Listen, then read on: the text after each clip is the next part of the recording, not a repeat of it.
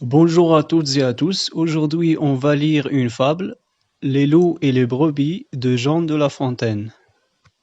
Tout d'abord, c'est quoi une fable? Une fable est une histoire imaginaire, généralement en vers, dont le but est d'illustrer une morale. Les personnages des fables sont le plus souvent des animaux dotés de paroles. Une fable est une histoire imaginaire, généralement en vers, dont le but est d'illustrer une morale. Les personnages des fables sont le plus souvent des animaux dotés de paroles. Alors, écoutez attentivement le texte. Les loups et les brebis. Après 1000 ans et plus de guerre déclarée, les loups firent la paix avec les brebis. C'était apparemment le bien des deux parties. Car si les loups mangeaient maintes bêtes égarées, les bergers de leur peau se faisaient maints habits. Jamais de liberté ni pour les pâturages, ni d'autre part pour les carnages. Ils ne pouvaient jouir qu'en tremblant de leurs biens. La paix se conclut donc, on donne des otages. Les loups leurs louveteaux, et les brebis leurs chiens. L'échange en étant fait aux formes ordinaires et réglé par des commissaires, au bout de quelque temps que messieurs les louvats se virent loups parfaits et friands de tuerie, ils vous prennent le temps que dans la bergerie messieurs les bergers n'étaient pas, étranglent la moitié des agneaux les plus gras, les emportent aux dents, dans les bois se retirent. Ils avaient averti leurs gens secrètement. Les chiens qui sur leur foi reposaient sûrement furent étranglés en dormant. Cela fut sitôt fait qu'à peine ils le sentirent. Tout fut mis en morceaux, un seul n'en échappa. Alors, on va écouter une deuxième fois le texte et on va essayer de relever les personnages. Les loups et les brebis. Après 1000 ans et plus de guerre déclarée, les loups firent la paix avec les brebis. C'était apparemment le bien des deux parties. Car si les loups mangeaient maintes bêtes égarées, les bergers de leur peau se faisaient maints habits. Jamais de liberté ni pour les pâturages, ni d'autre part pour les carnages. Ils ne pouvaient jouir qu'en tremblant de leurs biens. La paix se conclut donc, on donne des otages. Les loups leurs louveteaux, et les brebis leurs chiens. L'échange en étant fait aux formes ordinaires et réglé par des commissaires, au bout de quelque temps que messieurs les louvats se virent loups parfaits et friands de tuerie, ils vous prennent le temps que dans la bergerie messieurs les bergers n'étaient pas, étranglent la moitié des agneaux les plus gras, les emportent aux dents, dans les bois se retirent. Ils avaient averti leurs gens secrètement. Les chiens qui sur leur foi reposaient sûrement furent étranglés en dormant. Cela fut sitôt fait qu'à peine ils le sentirent. Tout fut mis en morceaux, un seul n'en échappa. Alors, les personnages de ce texte sont des animaux.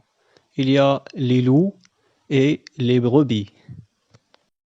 Après 1000 ans et plus de guerre déclarée, les loups firent la paix avec les brebis. C'était apparemment le bien des deux parties. Car si les loups mangeaient maintes bêtes égarées, les bergers de leur peau se faisaient maints habits. Jamais de liberté ni pour les pâturages, ni d'autre part pour les carnages. Ils ne pouvaient jouir qu'en tremblant de leurs biens. Depuis toujours, les loups et les brebis sont en guerre, et ce n'est pas bien ni pour les brebis ni pour les loups.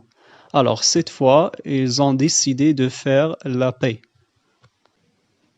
Alors, les loups et les brebis décident de faire la paix.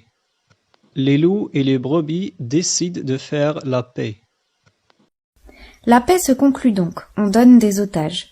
Les loups leurs louveteaux, et les brebis leurs chiens. L'échange en étant fait aux formes ordinaires et réglé par des commissaires. Pour conclure la paix, ils ont pris des otages. Les otages, c'est-à-dire les louveteaux et les chiens. Alors, pour garantir l'accord de la paix, les loups donnent leurs petits et les brebis donnent les chiens.